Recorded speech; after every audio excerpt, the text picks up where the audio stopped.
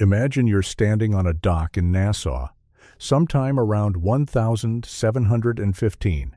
The salt air is thick, the harbor is packed with stolen sloops and repurposed merchant vessels, and somewhere behind you a man missing 3 fingers is trying to sell a barrel of rum he definitely didn't pay for. Now, picture a map, not the kind you'd find in a school book, a real one. Ink on calfskin, hand-drawn by someone who'd actually sailed the routes. Start at the western coast of Africa and trace your finger across the Atlantic. Follow the trade winds southwest toward the Caribbean. Then arc north through the Bahamas, along the colonial coastline of North America, across to the Azores, and back down toward the African coast again.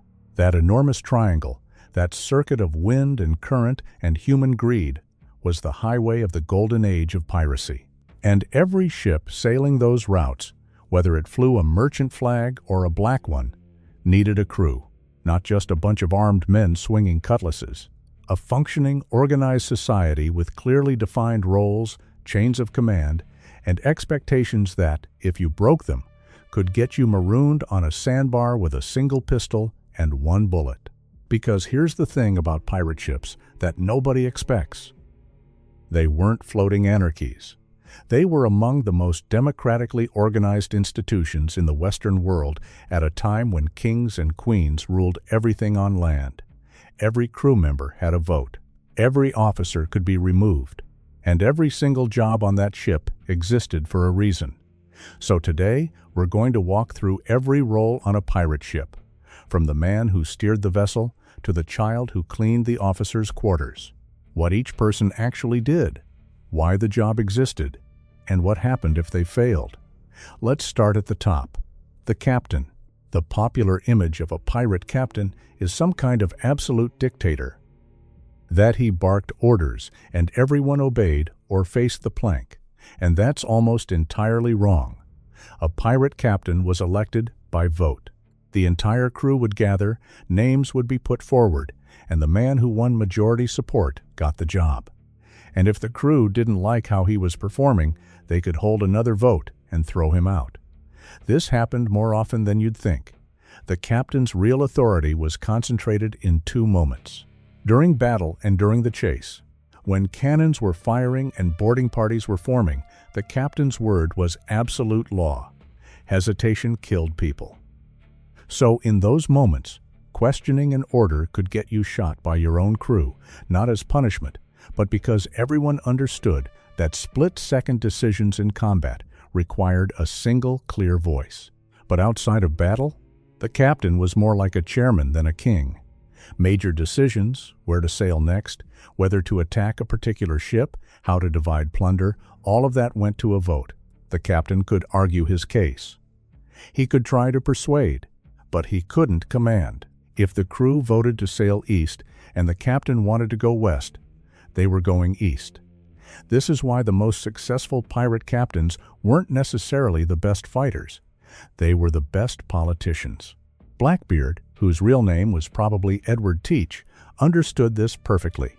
He cultivated an image of terrifying madness, lighting slow fuses in his beard during battle, because fear was a tool. But with his own crew, he was pragmatic.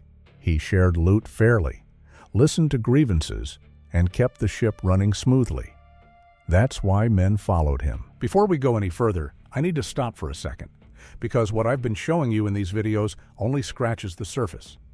And I realized at some point that the full picture, the actual pirate code, word for word, the real punishment records, the exact treasure division shares, the ports that secretly funded them, it doesn't fit in a video. I put it all into one document, the Black Flag Codex. It's linked below, and the QR code is on your screen. Now, let's keep going. Compare that to someone like Charles Vane, a pirate captain who was eventually voted out by his own crew for cowardice after refusing to attack a French warship. His quartermaster, a man named Calico Jack Rackham, was elected as replacement on the spot. Vane was given a small sloop and a handful of loyal men and told to leave. Democracy in action, floating on the Caribbean Sea. The captain received a larger share of plunder than a regular crew member, usually between 1.5 to 2 shares compared to a common sailor's 1 share. But that was it. He didn't own the ship. He didn't own the cargo. He was an employee of the collective, and the collective could fire him whenever it wanted. The quartermaster. If the captain was the president, the quartermaster was everything else. Congress, Supreme Court, and HR department rolled into one. The quartermaster was also elected, and in many ways held more day-to-day power than the captain. His authority covered everything that happened on the ship outside of battle. He settled disputes between crew members. He distributed food, water, and supplies. He assigned sleeping quarters and work shifts. He managed discipline. And most importantly, he handled the division of plunder after a successful raid. That last responsibility alone made the quartermaster the most influential person on the ship during peacetime. Because pirates didn't fight for glory, they fought for money, and the man who controlled how that money was divided held enormous leverage. The quartermaster also served as a counterbalance to the captain. This was deliberate. Pirate crews had seen enough tyranny on merchant ships and naval vessels where captains could flog sailors on a whim, withhold food, or work men to death with no accountability. The whole point of the quartermaster system was to prevent that from happening. If a captain started acting like a tyrant, the quartermaster had the authority to intervene. And if intervention wasn't enough, the quartermaster could call for a new vote. In terms of share, the quartermaster typically received 1.5 to 1 3/4 shares, close to the captain but not equal, which, again, was intentional. No single person should accumulate too much power. The entire system was designed around that principle. Bartholomew Roberts, one of the most successful pirates in history by sheer volume of ships captured, had a remarkably detailed set of articles, essentially a written constitution that spelled out the quartermaster's duties in granular detail. What time the lights went out, who got to drink, and when. How disagreements would be resolved. How much compensation a man received for losing a limb in battle. These articles were voted on before the ship ever left port, and the quartermaster was their primary enforcer. The first mate. Here's where terminology gets a little slippery. On naval and merchant ships, the first mate was the captain's right hand, his second in command. On pirate ships, the role existed but was often less distinct because the quartermaster already handled most of what a first mate would normally do.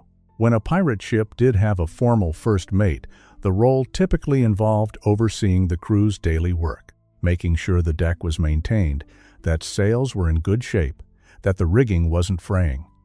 The first mate was a foreman, not making grand strategic decisions, but keeping the ship physically operational. On larger pirate vessels with crews of over 100 men, the first mate became more important simply because there was too much work for the quartermaster to handle alone. In those situations, the first mate managed the working crew while the quartermaster focused on logistics, discipline, and treasure. Some pirate crews didn't bother with the title at all. They simply had the quartermaster and then a loose hierarchy of experienced sailors who took on responsibilities as needed. Pirate ships were nothing if not practical. If a title didn't serve a purpose, they dropped it. The sailing master, navigator. Now we get into the genuinely skilled positions. The sailing master was the person who actually knew how to navigate. And in an era before GPS, before reliable charts of most of the world's waters, before accurate methods of determining longitude, this was a job that required real expertise. The sailing master read the stars. He understood currents and trade winds. He could look at the color of the water and tell you roughly how deep it was. He maintained the ship's charts, updated them after every voyage, and knew which ports were safe and which ones would get you hanged the moment you stepped ashore. This role was so specialized that sailing masters were sometimes the only people on a pirate ship who hadn't chosen to be there. When pirates captured a merchant vessel and found a skilled navigator aboard, they would often force him to join their crew. This practice was so common that captured navigators who were later rescued by the authorities could often avoid prosecution by proving they'd been pressed into service against their will. The sailing master didn't just plot courses. He also handled the ship's instruments, such as they were the compass, the astrolabe or cross-staff for measuring the angle of the sun and stars, the lead line for depth sounding, and the log line for estimating speed. Losing any of these instruments could be catastrophic. A ship without a working compass in the open Atlantic was, quite literally, lost. In terms of hierarchy, the sailing master typically received a share and a half of plunder. Not as much as the captain or quartermaster, but more than a common sailor. His value wasn't in fighting. It was in the simple fact that without him, nobody was getting anywhere. The boatswain, pronounced bosun, and if you ever want to annoy a sailor, pronounce all 3 syllables. The bosun was responsible for the physical maintenance of the ship itself. Hull integrity, anchor operations, rigging, sails, ropes, deck condition, everything structural. Every morning, the bosun would inspect the ship, check for rot in the timbers, test the tension on the rigging, look for wear on the sails. A wooden sailing ship in tropical waters was under constant assault from the elements. Wood rots, ropes fray, barnacles accumulate on the hull and slow the ship down. The teredo worm, a saltwater mollusk that bores into submerged wood, could compromise a hull in months if left unchecked.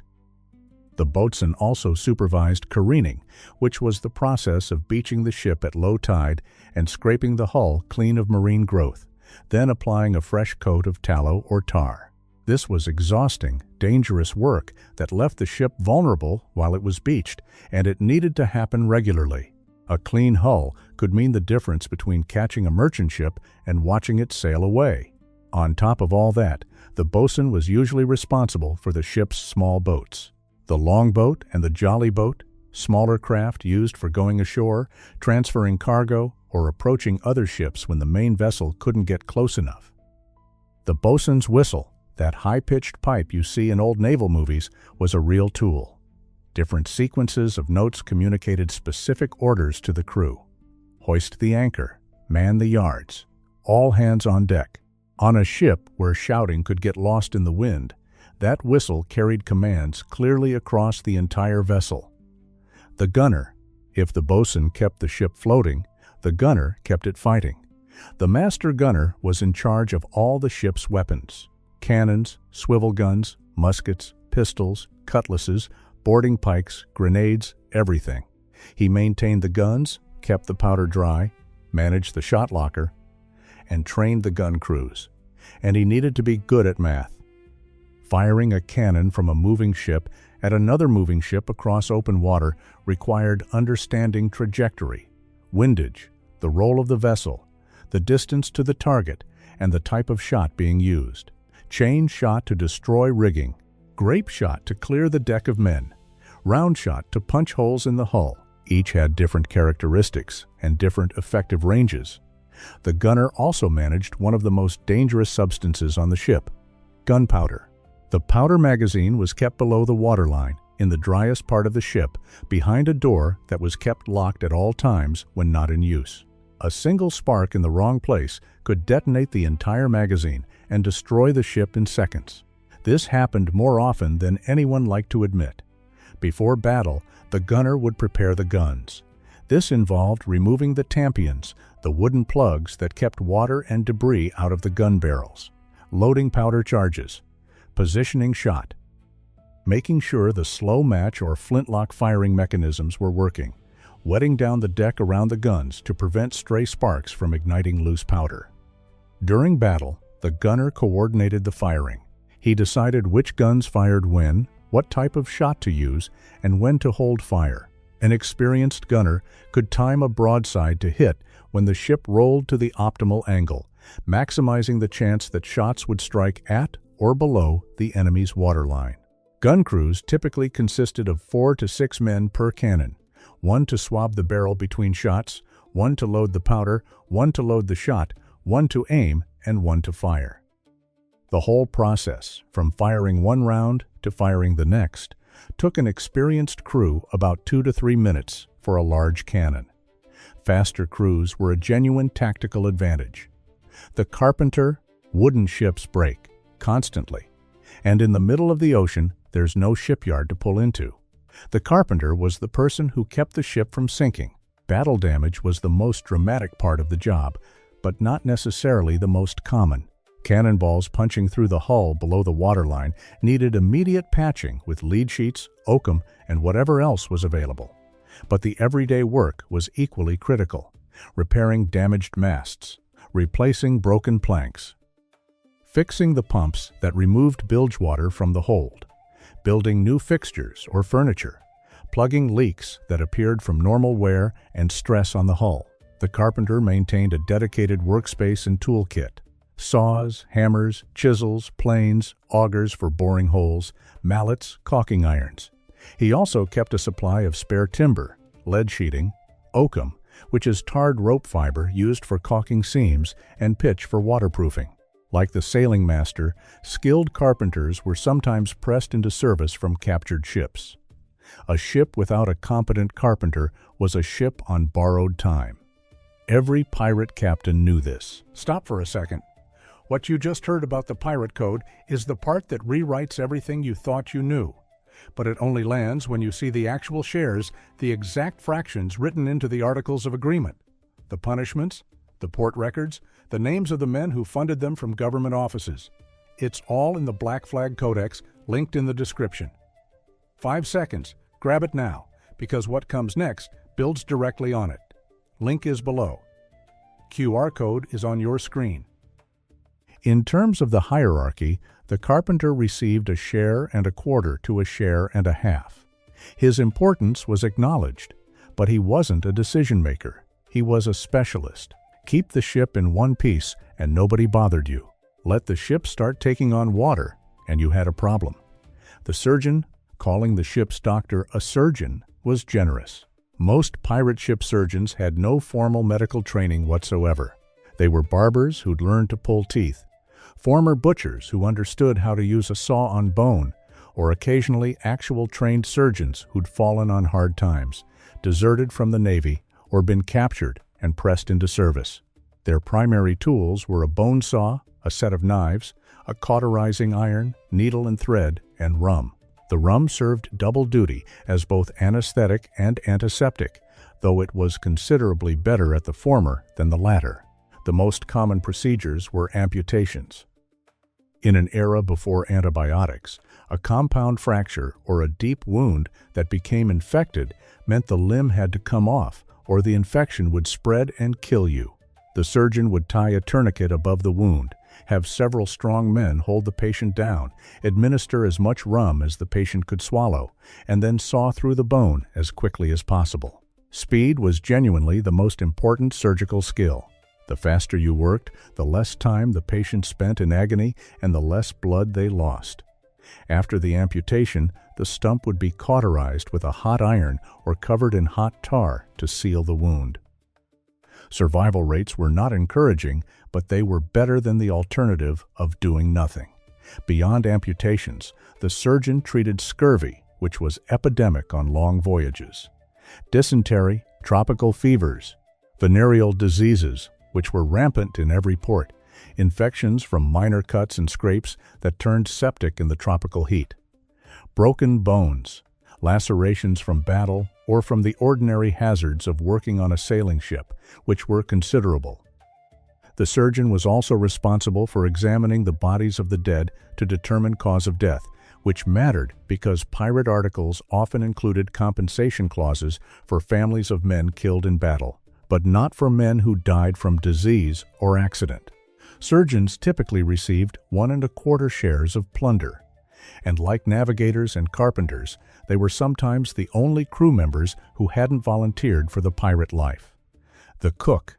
The ship's cook had one of the least glamorous but most essential jobs aboard. He fed the crew, and he did it under conditions that would make a modern health inspector faint. The cook worked in the galley, a small enclosed space usually located in the forward part of the ship, centered around a brick or iron firebox called the hearth. Cooking with open flame on a wooden ship was inherently dangerous, so the fire was only lit in calm weather and was extinguished at the first sign of rough seas. In storms, the crew ate cold food or nothing at all. The standard pirate diet consisted of salted meat, usually pork or beef that had been preserved in brine barrels, hardtack, which was a dense, nearly indestructible biscuit made of flour, water, and salt, dried peas or beans, and whatever fresh food they could acquire at ports or steal from captured ships. Fresh fruit, vegetables, and meat were prized but rare on long voyages. The cook had to manage provisions carefully. Rationing was constant. The quartermaster decided the daily allowance, but the cook had to make it stretch. He also had to contend with the fact that stored food deteriorated rapidly in tropical heat. Meat went rancid. Hardtack became infested with weevils. Water barrels grew algae. The cook's job was to make all of this somehow edible. A common practice was to soak hardtack in whatever liquid was available, water, broth, or rum, to soften it and kill off some of the weevils. Salted meat was boiled for hours to leach out enough salt to make it chewable. The resulting broth, called slush, was saved and used to waterproof rigging and leather, or was traded in port. Slush was actually valuable, which tells you something about the state of pirate cuisine. The cook position was often given to a crew member who'd been injured in battle and could no longer perform the physical demands of sailing. A man who'd lost a leg or a hand might not be able to climb rigging, but he could stir a pot. This was a form of accommodation that also served as a reminder that the crew took care of its own. The cooper. You've probably never heard of this role, but no ship sailed without one. The cooper made and repaired barrels. Why does that matter? Because everything on a ship was stored in barrels: water, rum, beer, salted meat, gunpowder, flour, biscuit, nails, shot. Every single supply the ship carried was packed in wooden casks of various sizes. A ship might carry 200 or more barrels at any given time. Barrels leak, barrels crack. Barrels develop gaps between their staves as wood expands and contracts with changes in temperature and humidity. A leaking water barrel in the tropics could mean the difference between life and death. A leaking powder barrel could mean the difference between fighting capability and helplessness. The cooper repaired all of this. He also built new barrels as needed, broke down empty barrels to save space, and reassembled them when supplies were taken aboard. He worked with the same basic tools a cooper on land would use: a draw knife, a crows for cutting grooves, hoops and hoop drivers, and various planes and shaves for shaping staves. It wasn't a glamorous job. Nobody tells stories about the brave cooper who saved the day. But without him, the ship ran out of drinkable water within weeks. The lookout. Stationed at the top of the mainmast in a small platform called the crow's nest, the lookout had one job: see things before anyone else did. A lookout with good eyes scanning the horizon could spot a sail at roughly 12 to 15 miles in good weather. That early warning was critical. It gave the captain time to decide whether to pursue, flee, or prepare for battle. It also meant spotting land, reefs, other hazards, and weather changes before they became emergencies. Lookout duty was rotated among the crew, usually in 4-hour shifts. It was exhausting, boring, and physically demanding. The crow's nest swayed dramatically with the motion of the ship, especially in rough weather. Seasickness was common even among experienced sailors when posted at that height, and falling from the crow's nest was usually fatal. The lookout communicated with the deck by shouting. Sail ho meant a ship had been spotted. Land ho meant land was visible. Direction was given using the points of the compass or by reference to the ship's own orientation, starboard bow, port quarter, and so on. The first person to spot a prize, a ship worth attacking, often received a bonus from the plunder. This kept lookouts motivated during what was otherwise one of the most tedious jobs on the ship. The powder monkey. Now we get to one of the more uncomfortable realities of life at sea in this era. Powder monkeys were children. Typically boys between the ages of 11 and 15, powder monkeys had one job during battle: run gunpowder from the magazine deep in the ship up to the gun crews on deck. They were chosen for this job because they were small, fast and could navigate the narrow passageways and ladders below deck more quickly than a full-grown man. It was spectacularly dangerous work. These boys were running through a ship that was being hit by cannonballs, carrying bags of gunpowder. A direct hit on a powder monkey didn't just kill him. It could set off the powder he was carrying and kill everyone nearby. Outside of battle, powder monkeys performed general shipboard duties: cleaning, running messages, helping the cook, assisting the carpenter or boatswain with whatever was needed. They were apprentices of a sort, learning seamanship from the bottom up. Some powder monkeys had volunteered, drawn by the promise of adventure and a share of plunder, even though their share was typically half that of a regular crew member. Others were orphans with nowhere else to go. A few were the children of crew members. And some, like everything else in this era, were there because they had no choice. The cabin boy, similar to the powder monkey in age, but different in duties. The cabin boy served the captain and senior officers directly. He cleaned their quarters, served their meals, maintained their personal belongings, and ran errands. It was the lowest position on the ship in terms of status, but it came with one significant advantage: proximity to leadership. A cabin boy who was attentive, reliable, and showed aptitude for seamanship could learn directly from the captain, the quartermaster, the sailing master. Many successful pirates and naval officers started their careers as cabin boys. The cabin boy also slept in better quarters than the common sailors, simply because he needed to be available to the captain at any hour. This proximity to power had its risks as well, and the historical record makes it clear that cabin boys were sometimes subjected to abuse. Pirate articles on some ships specifically addressed this, with punishments outlined for anyone who harmed or exploited the younger crew members. The fact that these rules existed tells you they were necessary: the rigor and the common sailor. The majority of any pirate crew held no special title. They were simply sailors. But calling them common undersells the skill required. Working the rigging of a square-rigged sailing vessel was physically demanding, technically complex, and genuinely dangerous. Sailors climbed ratlines, rope ladders attached to the shrouds that supported the masts, to reach the yards, the horizontal spars from which the sails hung. They did this in all weather: rain, wind, darkness, storms. The yards on a large ship could be 80 or 90 feet above the deck, and there were no safety harnesses. A slip meant a fall, and a fall from that height onto a wooden deck or into the sea almost always killed. Once aloft, sailors had to handle heavy canvas sails. Setting sail, which meant releasing and unfurling the canvas. Reefing, which meant partially furling the sails to reduce their area in strong wind. Furling, which meant rolling and securing the sails completely. All of this done while balanced on a foot rope beneath the yard, leaning over the yard with your stomach, using both hands to wrestle canvas and rope. On deck, common sailors handled the sheets and braces, the ropes that controlled the angle of the sails. They manned the capstan to raise the anchor, a process that could take over an hour on a large ship. They worked the pumps to clear bilge water.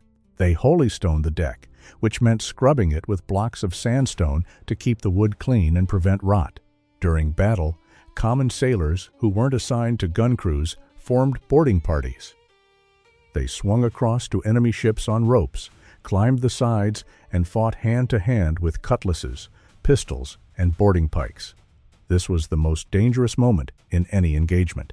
Boarding an enemy ship meant exposing yourself to point-blank musket fire, defenders with pikes and swords, and the very real possibility of falling between the two ships and being crushed as they ground together in the swell. Common sailors received one share of plunder each, no more, no less, 84. But they had a vote equal to the captains in all matters of ship governance.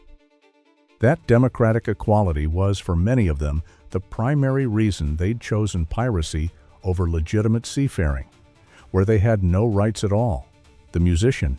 This one surprises people, but many pirate ships carried at least one musician, and some carried entire small bands. Drummers, fiddlers, hornsmen. Music served several practical purposes. During battle, drums and horns communicated orders, intimidated the enemy, and kept the crew's energy and morale high. During long voyages, music was entertainment. Sailors would sing, dance, and drink to the sound of a fiddle in the evenings, and that social bonding was important for maintaining cohesion in a crew of men living in extremely close quarters for months at a time. Musicians were also used during the approach to a target. A pirate ship bearing down on a merchant vessel with drums pounding and horns blaring was a psychological weapon. The message was clear. These people are organized. These people are confident. Surrender now. Like surgeons and navigators, musicians were sometimes pressed into service from captured ships. A skilled fiddler or drummer captured aboard a merchant vessel might find himself invited to join the pirate crew with very little ability to refuse. The Articles of Agreement. All of these roles existed within a framework. Pirate ships operated under written contracts called the Articles of Agreement. Every crew member signed or marked the articles before sailing, and they covered everything. How plunder would be divided, what share each role received, what compensation a man got for injuries. The loss of a right arm paid more than the loss of a left. Loss of a leg paid more than loss of an eye. What the rules of behavior were. No fighting on board, take it ashore. No gambling for money on board, it caused too many disputes. Lights out at 8 o'clock. What offenses warranted punishment and what those punishments were. Marooning for theft from fellow crew members. Flogging for dereliction of duty during battle. Death for desertion during an engagement. These articles were remarkably progressive for their time. At a period when the British Royal Navy could press civilians into service against their will, flog them for looking at an officer wrong, and pay them months or years late, pirate ships offered fair division of spoils, democratic governance, disability compensation, and a code of conduct that applied equally to every man on board. That doesn't make pirates heroes. They were, by and large, violent criminals who robbed, killed, and terrorized people for personal gain. But the societies they created aboard their ships were genuinely fascinating experiments in self-governance, and the job structures they developed were sophisticated enough to keep complex wooden vessels operating effectively across thousands of miles of open ocean. Every single one of these roles, from the elected captain to the child running gunpowder through the belly of the ship, was a cog in a machine that had to function perfectly, or everyone died, not figuratively, literally. A ship that couldn't navigate ran aground. A ship that couldn't fight was captured. A ship that couldn't hold together sank, and a crew that couldn't cooperate was a crew that wouldn't survive. The Golden Age of Piracy lasted roughly from the 1650s to the 1730s. In less than a century, these floating micro-democracies terrorized the shipping lanes of the Atlantic, the Caribbean, the Indian Ocean, and the coast of West Africa. They developed governance structures, compensation systems, and organizational hierarchies that wouldn't appear in legitimate institutions for another 100 years or more. And it all ran on the simple understanding that every job mattered, that the cook was as essential as the captain, that the cooper who fixed a leaking water barrel saved as many lives as the gunner who won a battle, that a ship is not a collection of individuals, it's a single organism, and every cell has a function. The next time you see a pirate flag in a movie or a costume shop, remember that the people who flew those flags weren't just adventurers or outlaws, they were workers. Every single one of them doing a job within a system, aboard a ship that demanded nothing less than everything they had, and if they didn't deliver, the sea took them. It always did, eventually.